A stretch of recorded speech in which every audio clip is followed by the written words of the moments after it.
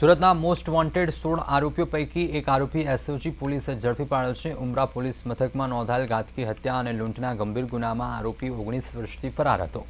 SOG પોલીસે બાતમીના આધારે આરોપીને કર્ણાટકના ઉડુપી ખાતેથી પકડી પાડ્યો છે। આરોપી પર ₹45,000નું ઇનામ પણ જાહેર કરવામાં આવ્યું હતું। પોલીસે વેપારીનો વેશ ધારણ કરીને આરોપી નરેશ રાવલને ઝડપી પાડ્યો છે।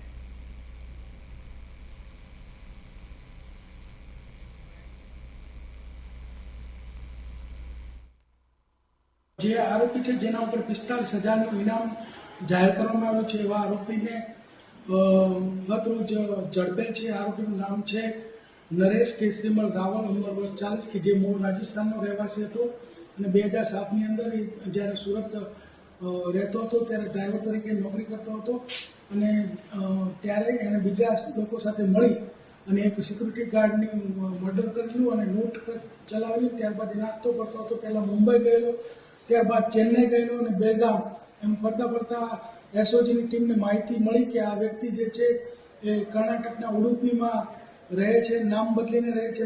ત્યાં નામ નિર્મળ કેસરીમલ કોરાવર તરીકે રહેતો હતો। ત્યાં એસઓજીની ટીમ જઈ અને એને ઝડપી પાડેલો છે અને આ આરોપી છે એના ઉપર 45,000 રૂપિયાનું ઇનામ છે અને આ વ્યક્તિ જે છે અત્યારે લૂંટ વિથ મર્ડર ઉમરાના ગુનામાં પકડાયો છે। તે ઉપરાંત એના વિરુદ્ધ ઉમરા અને ઉધનામાં ચોરીના પણ અગાઉ ગુના દાખલ થયેલ છે।